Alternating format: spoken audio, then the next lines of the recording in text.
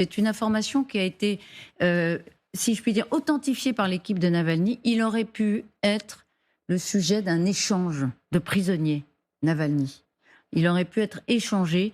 C'est ce qu'a dit l'équipe. Regardez, on peut peut-être voir la citation et même écouter ce qu'en disait la porte-parole il y a quelques heures. Début février, il a été proposé à Poutine d'échanger le tueur, l'officier du FSB Vadim Krasikov, qui purge une peine pour meurtre à Berlin, contre 2 citoyens américains et Alexei Navalny.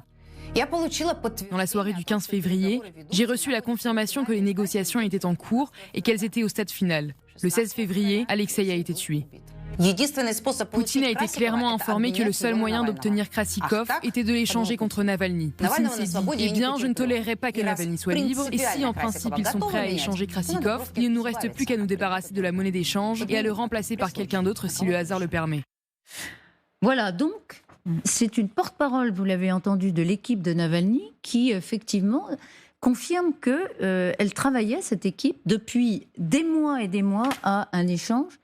Et dans son témoignage, elle semble même regretter que l'Allemagne, qui détient ce Russe, qui intéresse beaucoup Poutine, d'ailleurs, on va l'écouter, Poutine, qui dit son intérêt pour ce criminel, qui purge une peine de prison en Allemagne. Il était interrogé par Tucker Carlson.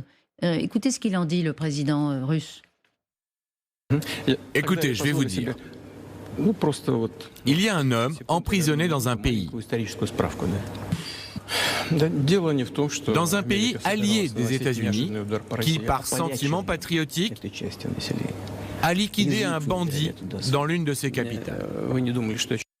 C'est extraordinaire. C'est extraordinaire, dit-il. Vous allez nous dire dans un instant. Regardez la photo de cet homme, Krasikov, Vadim Krasikov, pour son état civil, qui est donc emprisonné en Allemagne. Et regardez le schéma de l'échange tel qu'il a été présenté par l'équipe de Poutine. Donc, Navalny, l'américain Whelan, qui est dans les geôles russes depuis des années, et le journaliste américain Ivan Gershkovitch, contre un seul homme, Vadim Krasikov. C'était ça, le deal qui était en discussion. Est-ce que vous pensez que Poutine a pu faire semblant de bien vouloir libérer Navalny simplement pour torturer son équipe? Ou est-ce qu'il était prêt à libérer Navalny?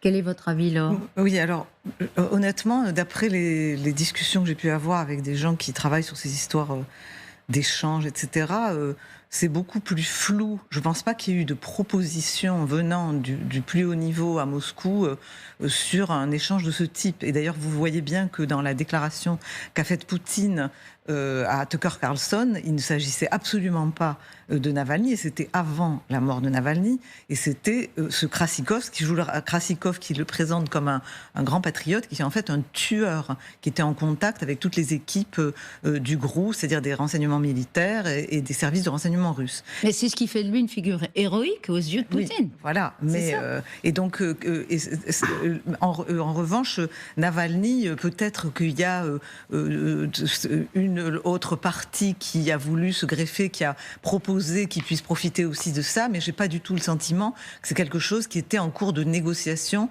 Donc ça, j'avoue que je ne sais pas. C'est d'après ce qu'on m'a dit, je serai extrêmement prudente sur cette affaire.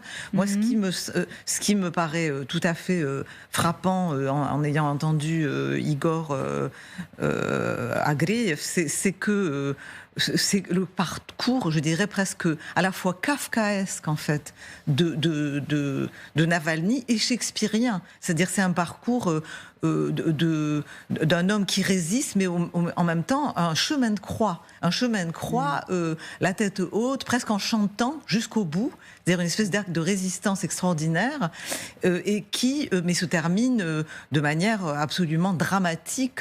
C'est pour ça que je parlais de quelque chose de shakespearien, c'est-à-dire on est au-delà en fait de tout ce qu'on aurait pu imaginer, si vous voulez, dans un roman en fait. Et c'est la réalité à laquelle on a affaire, une réalité absolument effroyable d'un État qui broie les uns après les autres certains de ses citoyens parce qu'ils résistent et même ses morts. Parce qu'on voit, ça c'est très intéressant dans le documentaire effectivement de Igor Sandriev, on voit, on a les témoignages de membres de son équipe qui, dans le sillage de Navalny, subissent aussi en permanence du harcèlement, des menaces, etc., et qui finissent par abandonner. Son avocat Parce qu'ils veulent protéger leur famille. Et lui, il se sacrifie dans le fond. C'est ça un peu le côté shakespearien qu'évoque et christique. Bien sûr, parce que Navalny, au fond, c'était pour Poutine le double danger. C'était celui d'un leader populaire, mais celui de quelqu'un qui avait pénétré son système et qui exposait le système Poutine, notamment l'argent, notamment la corruption. Donc c'était la double menace. Et de ce point de vue-là, c'était très dangereux. Je regardais à l'instant qui est ce Krassikov. Comme le disait Laure, c'est un tueur patenté. C'est-à-dire, voilà les gens que Poutine présente comme des patriotes injustement détenus en Europe. C'est un tueur patenté qui a, donc en l'occurrence, tué un Géorgien d'origine tchétchène de 40 ans. Il l'a tué à Berlin de 3 balles. Donc ça veut dire que c'est un assassin. Donc celui que Poutine veut faire libérer, puisqu'il en parlait dans cette interview au journaliste très pro-Trump, Tucker Carlson, c'est un assassin. La question est de savoir s'il a vraiment eu l'intention de l'échanger contre 3... Alors maintenant... En tout cas, de le libérer, visiblement, il le voulait. Le libérer, oui, mais contre 3 pépites, entre guillemets, à ses yeux, politiques. Oui, mais c'est monnaie d'échange. Navalny, ce qui est bizarre, c'est que Navalny,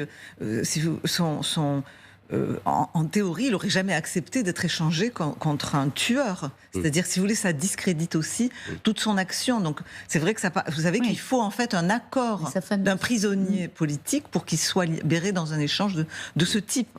Mais est-ce que Poutine, qui a fait conduire Navalny dans une colonie pénitentiaire de l'Arctique après l'avoir détenu dans des prisons plus proches de Moscou, était prêt à le libérer? Là, il y a quelque chose aussi d'un peu... Ce Vadim Krassikov, par ailleurs, selon la justice allemande et en vertu des renseignements qu'ils ont obtenus, est sans doute un officier du KGB. Donc ça nous rappelle aussi le propre passé de Vladimir Poutine. Est-ce qu'il y aurait 1 millier de personnes, comme le disait Igor Sadriev tout à l'heure, si des funérailles étaient vraiment organisées, est-ce qu'il y aurait une petite foule de moscovites qui oseraient braver les autorités russes? Moi, je le pense, personnellement. Vous pensez? Oui, c'est ce que pense aussi Igor Stradiev. Écoutez, en tout cas, il y a d'abord ceux qui soutiennent sa cause, ceux qui voudront lui rendre hommage, et tous ceux qui souffrent de cette guerre aujourd'hui et qui n'en veulent plus. Ce serait pour eux un moyen de le manifester, peut-être le seul moyen. Donc, le seul. Voilà.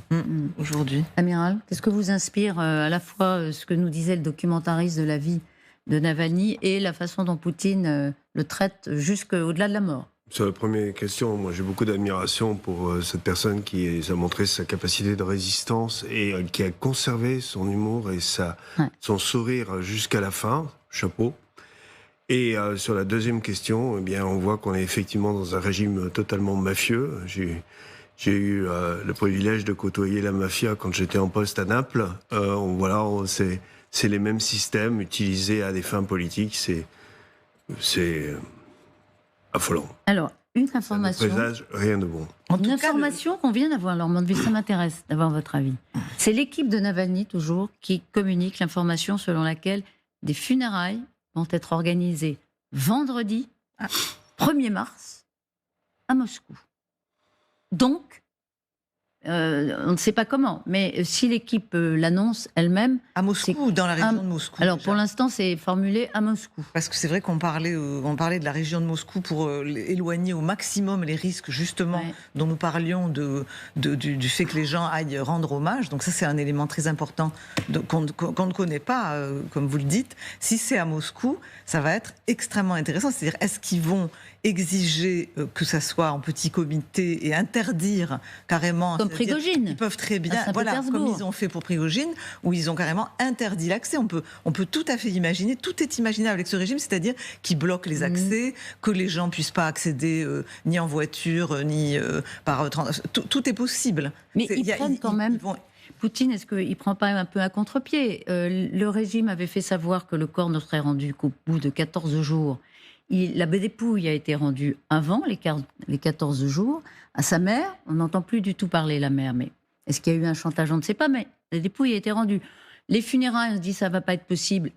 L'équipe, si elle le dit, ou à moins qu'elle force un peu le Kremlin en l'annonçant, mais si elle l'annonce... Je crois qu'ils sont très embarrassés, en fait. C'est-à-dire que l'histoire du corps, je crois qu'ils ont cru, ils ont essayé de faire un chantage sur elle. Mais c'est vrai qu'il y a eu une pression, il y a eu un tollé d'abord.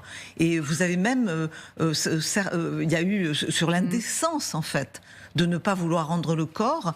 Et peut-être qu'il y a un certain nombre de ses conseillers qui lui ont dit peut-être qu'il faut quand même pas continuer dans cette voie-là. Donc je crois qu'il ne faut pas oublier, moi je me souviens des archives de l'époque soviétique où on montrait comment la pression extérieure jouait un rôle malgré tout à la marge. Oui, je me souviens par exemple que, vous savez, il y a des documents du comité central, du Politburo, à propos de Solzhenitsyn. Est-ce qu'il fallait qu'il le renvoie en camp ou est-ce qu'il fallait qu'il le laisse sortir? Et vous avez des discussions qui ont été rendues publiques ensuite, qu'on a eues, où on voit qu'ils hésitent et ils disent mais quand même, on ne peut pas le renvoyer, il vaut mieux l'expulser, etc. Donc je crois qu'il y a toujours dans ces régimes verrouillés une prise en compte malgré tout de ce qui se passe à l'extérieur. Alors c'est vrai que Vladimir Poutine est plutôt aujourd'hui dans une fuite en avant et on a le sentiment qu'il en a de moins en moins à faire de ce qu'on passe à l'étranger, mais malgré tout je pense qu'ils sont toujours dans une sorte de négociation et de tâtonnement sur jusqu'où ils peuvent aller. Et donc on a des réponses 14h au cimetière Borisov.